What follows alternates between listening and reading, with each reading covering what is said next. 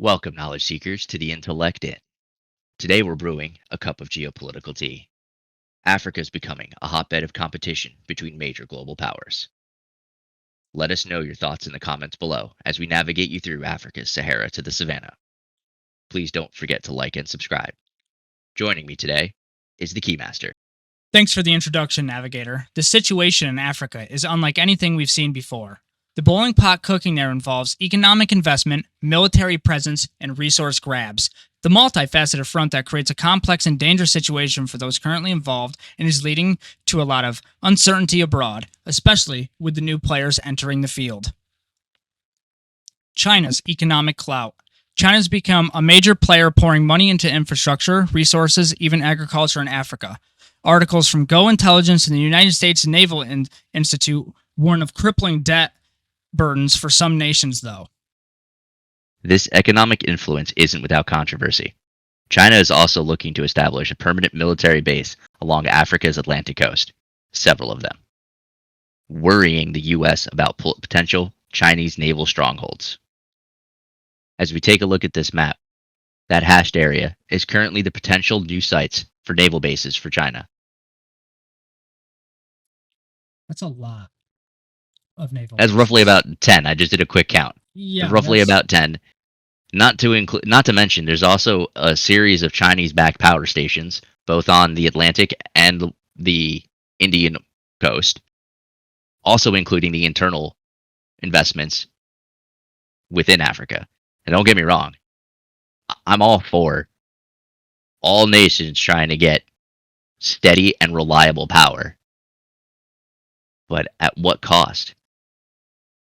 This is deepening, severely deepening, the debt that these countries are owing to China.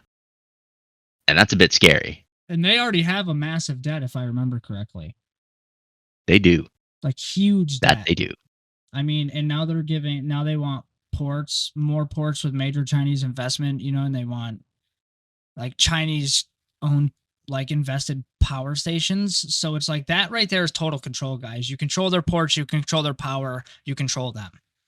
You can stop. You control their infrastructure, you control the country. Exactly. You literally can stop food from coming in. You can shut off their power. It's endless. The things you can do. Those are the major concerns that we in the United States also have about our own infrastructure. We want to make sure that we own that infrastructure.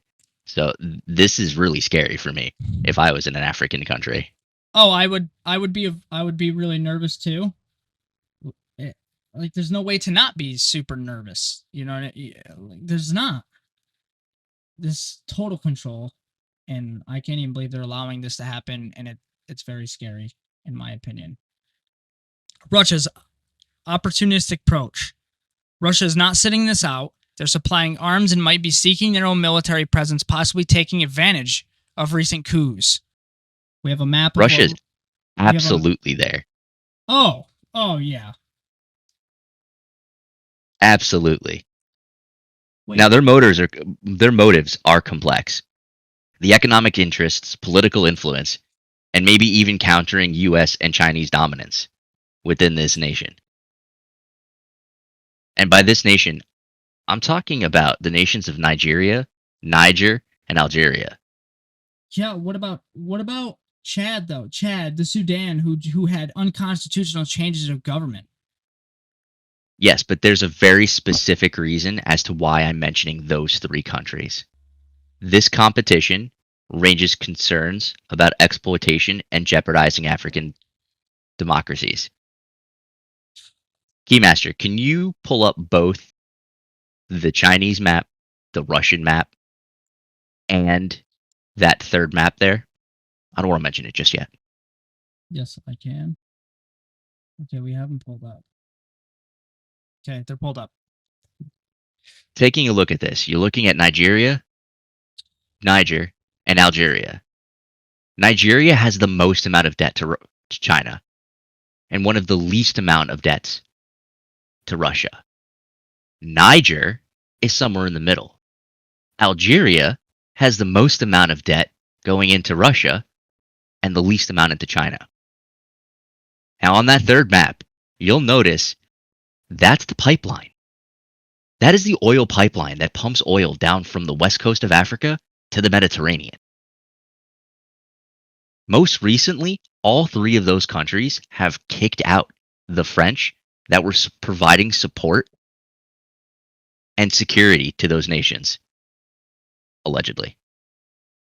These agreements have been absolutely canceled to the point where the French the French ambassador was locked in his in the U.S. in the French embassy for over a month.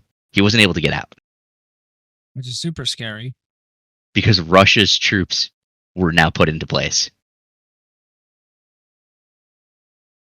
with the support of Iranian weapons.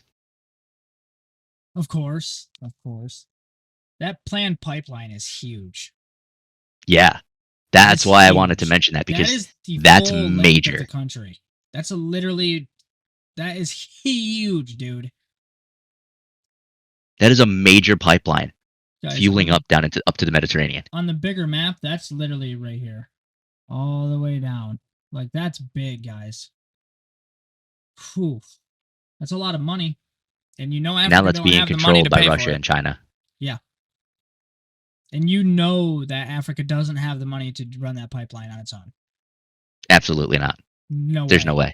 There's absolutely Not without being no into way. debt to China or Russia or both. Or having the places that it's ran through controlled by one of them majorly to allow it to happen in all three areas, because they'd all three have to agree on it too.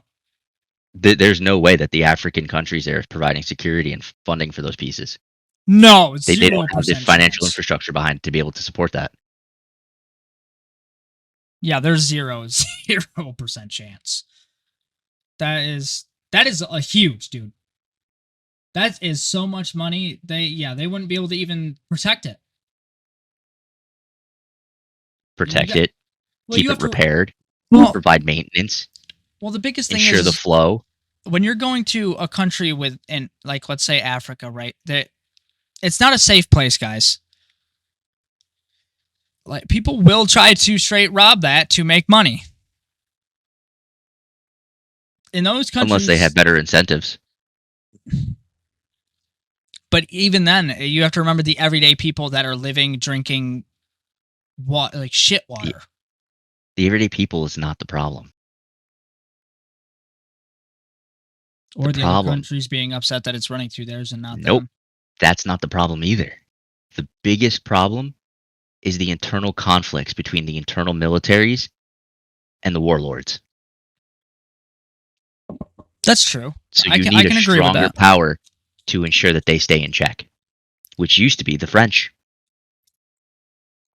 I can agree with that. However, Africa is not a passive player. They can build strong regional institutions, diversify their partnerships, and focus on long-term developments to emerge stronger. But that's difficult if you don't have the funding behind it. Oh, And absolutely. you need to get the funding from somewhere. You have to. And I definitely can see Russia and China funding that. I mean, the two major power. Yeah, I know, that's what I'm saying. I can definitely see it. Like, they're two major powers with a lot of money, and they're trying to expand into other areas. You know what I mean? Trying to further their connections with other countries and a lot of other things. So I don't see why they wouldn't. They're also cutting ties to the NATO countries. Of course they are. Look at everything going on in the world right now. What's going to happen if they turn off that pipeline? To the NATO countries. That's to the Meds. You know they're going to. You know they're going to. Eventually. This will also allow having control of this major pipeline, especially if they expand it to that size, will also be able to stop America from sanctioning that to that extent. They won't be able to. Nope. You know, so that's for us it's bad. For them, I don't think it's a bad move for them. I think it's smart. I'm not going to lie. That is a smart move. Yeah, what they're doing is genius for them.